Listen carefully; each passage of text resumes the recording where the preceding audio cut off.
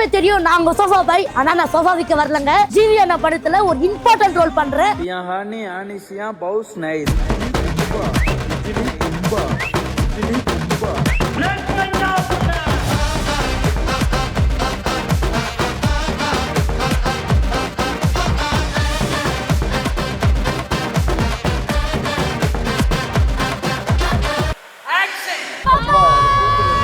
ஒரு படத்தை பண்றதுக்கு எவ்வளவு கஷ்டமான விஷயம், எவ்வளவு ப்ரொடக்ஷன் வேலை, இது எல்லாத்தையும் பண்ற ப்ரொடக்ஷன் பாத்தீங்கன்னா ரியல் பிக்சருங்க. செம்ம ப்ரொடக்ஷன். எப்படி பெஸ்ட் பிரைஸ்ல சோஃபா தரணும் அதே மாதிரி பெஸ்ட் ப்ரொடக்ஷன் தராங்க. செம்ம ப்ரொடக்ஷன். ஒண்ணு செக்ஷனை பார்க்கலாம், வாங்க பார்க்கலாம்.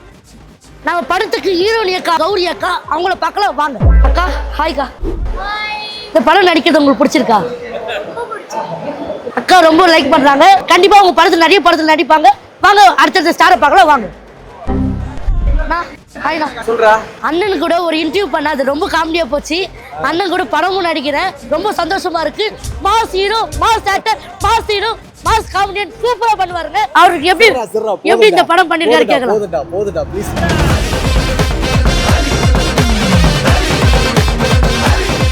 மினிமம் ஒரு நாளைக்கு 18 மணி நேரம் வச்சு ஷூட் பண்றாங்க.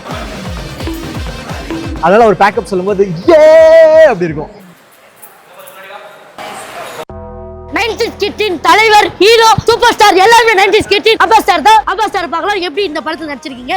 15 வருஷத்துக்கு அப்புறம் கம்பேக் கொடுத்துருக்கீங்க. எப்படி டைரக்டர் ஆக்ஷன் சொல்லும்போது நான் நடிச்சேன். அதான் சிம்பிள். படம் எப்படி வந்திருக்கு? எல்லாரும் நீ படத்துல இருக்கு. எல்லாருக்கும் பிடிக்குமா? டெஃபினட் பிடிக்கும்.